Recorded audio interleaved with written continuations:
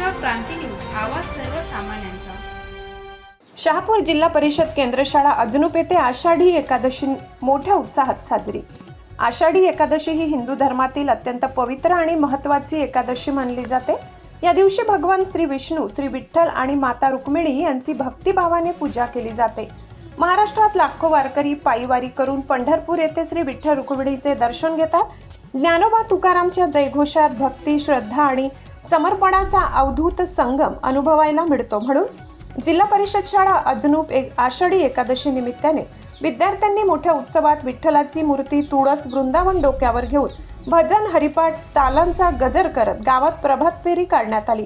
मुलांनी या प्रभात फेरीमध्ये टाळ, पखवाज, मृदुंग वाजवत रामकृष्ण हरी म्हणत आषाढी एकादशी मोठ्या उत्साहात व आनंदात साजरी करण्यात आली। यावेळी गावातील मान्यवर तसेच सरपंच, उपसरपंच, शालेय व्यवस्थापन समिती, शिक्षक वृंद इत्यादी मान्यवर उपस्थित होते।